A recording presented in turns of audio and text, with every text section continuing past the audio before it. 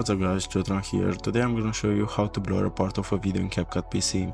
So the first thing you have to do is to put your video into the timeline. Then you're going to copy it and paste it above, like this. Next thing you have to do is going into the effects and you're going to search for a blur effect. I will use this one for this tutorial. You're going to put it on the video above. Then you're going to select your video and to apply a mask. I will use the rectangle one for this tutorial and I will try to blur this part. So we're going to make the mask a little bit smaller, like this.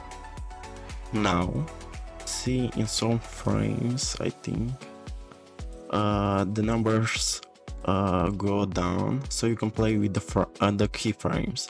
So here it's okay, we're going to add a keyframe, then it moves a little bit. We're going to drag it a little bit to the right, now to the left. In each step you're going to add a keyframe, and it's going to the left again with keyframes, and now it's going down and we can make it like this. And here are the results. It's looking pretty good. Thanks for watching and don't forget to subscribe. Bye bye.